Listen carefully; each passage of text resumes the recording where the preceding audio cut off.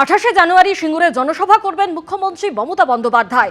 রাজনৈতিক সভার পাশাপাশি সরকারি প্রকল্পের ঘোষণারও সম্ভাবনা রয়েছে। আর মুখ্যমন্ত্রী সিঙ্গুর সফর নিয়ে সিপিএম নেতা সুজন চক্রবর্তী কি বলছেন শোনাবো। মোদি সভা করেছেন সিঙ্গুরে, এবার সেই কারণে মমতা সভা করবেন সিঙ্গুরে। নাকি পাল্টা সভা, নাকি খেলা হবে ফাটাফাটি, এই মনোভাবে বিজেপি আর তৃণমূল চলছে। কিন্তু মমতা বাহিনী সিঙ্গুর ধ্বংস করেছে, মানে যুবকের স্বপ্ন ধ্বংস করেছে, কাজের ভবিষ্যৎ ধ্বংস করেছে। প্রধানমন্ত্রী আসলেন বটে, কিন্তু একবারও শিল্প সংক্রান্ত কোনো কথা বলতে সাহস পেলেন না, কারণ উনি জানেন যে সিঙ্গুর ধ্বংসের নায়িকার নাম যদি মমতা ব্যানার্জি হয়, তার সবচাইতে সঙ্গতকারীর নাম রাজনাথ সিং, তৃণমূল আর বিজেপি একসাথে। বেলডাঙ্গা নিয়ে হাইকোর্টের নির্দেশ আর বিরোধী দলনেতা শুভেন্দু অধিকারী তিনি দাবি করছেন বেলডাঙ্গাতে 5 কোম্পানি প্যারামিলিটারি ফোর্স মোতায়েনের নির্দেশ হাইকোর্টে। মুর্শিদাবাদ জেলায় লাগাতার জামাতিদের আন্দোলনের নামে হিন্দুদের উপর অত্যাচার। আমার আবেদনের ভিত্তিতে এই সিদ্ধান্ত কলকাতা হাইকোর্টে, দাবি শুভেন্দু অধিকারী। একই সঙ্গে শোনাবো শুভেন্দু অধিকারী কি বললেন এবং কুণাল ঘোষ কি বললেন।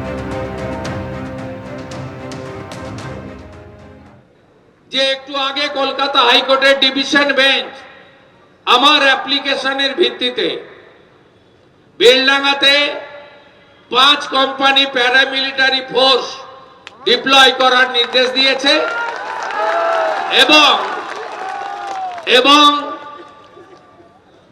তারা বলেছে ভারত সরকার যদি মনে করে এই দেশ বিরোধী শক্তির বিরুদ্ধে ব্যবস্থা নিতে এনআইএও করতে পারে। এবং মুর্শিদাবাদ জেলায় যে উপর্যুপরি লাগাতার এই জামাতিদের আন্দোলনের নামে হিন্দুদের উপর অত্যাচার, এর বিরুদ্ধে হাইকোর্ট কঠিন এবং কঠোর ব্যবস্থা নিয়েছেন। পরিষ্কার কথা, বেলডাঙ্গায় যেটা হয়েছে মানুষের ক্ষোভটা ছিল ন্যায্য ক্ষোভ, কারণ ওখানকার একটি ছেলেকে ভিন রাজ্যে পিটিয়ে মেরেছে বাংলা বলে।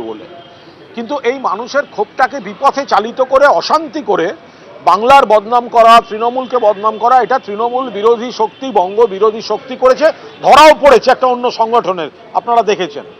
তো ফলে পুলিশ প্রশাসন অত্যন্ত ঠান্ডা মাথায় সহিষ্ণুতার সঙ্গে সিচুয়েশন ট্যাকেল করেছে। পরিস্থিতি একদম স্বাভাবিক। কোর্ট সেটাই জানিয়ে দিয়েছেন যে আলাদা করে কেন্দ্রীয় বাহিনী দরকার নেই।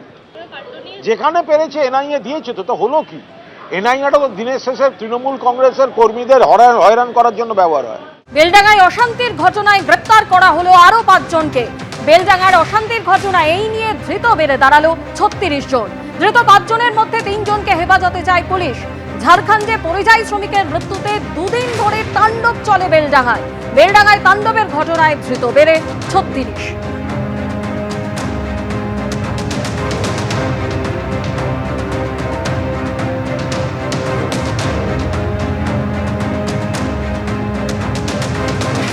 আগামী 28শে জানুয়ারি সিঙ্গুরে জনসভা করবেন মুখ্যমন্ত্রী মমতা বন্দ্যোপাধ্যায়। আর মুখ্যমন্ত্রীর এই সিঙ্গুর সফরকে কটাক্ষ করেছেন বিরোধী দলনেতা শুভেন্দু অধিকারী। অসান করে দিন, উনি একবার গিয়ে সরষে ছড়িয়েছেন, একবার গিয়ে জেসিবি দিয়ে গর্ত খুলেছিলেন মাছ চাষ করবেন বলে। ওখানে মাছ চাষও হয়নি, সরষেও হয়নি, ধানও হয় না, আলুও হয় না, আর রতন টাটাকে তাড়িয়েছেন। বিজেপিকে আনলে টাটাকে ফিরিয়ে আনার দায়িত্ব আগামী দিনে পশ্চিমবঙ্গের বিজেপি সরকারের। এটা আমরা পশ্চিমবঙ্গ বিজেপি যারা প্রমুখ নেতা রয়েছে প্রত্যেকের কমিটমেন্ট, আমাদের কমিটমেন্ট।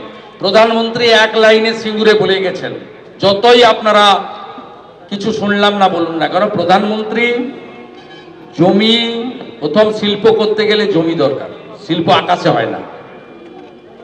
জমির ব্যবস্থা করে দেয় রাজ্য সরকার। রাজ্য সরকার যতক্ষণ না নরেন্দ্র মোদীর আদর্শে তৈরি হচ্ছে, ততক্ষণ অমুক জায়গায়, অমুক মাটিতে, আপনার জমিতে অমুক জিনিস হবে, এই কথা কেউ বলতে পারে না। তিনি একটা লাইনে বলে গেছেন, এই রাজ্যে বিনিয়োগ তখনই আসবে যখন আইন শৃঙ্খলা পরিস্থিতি ভালো হবে।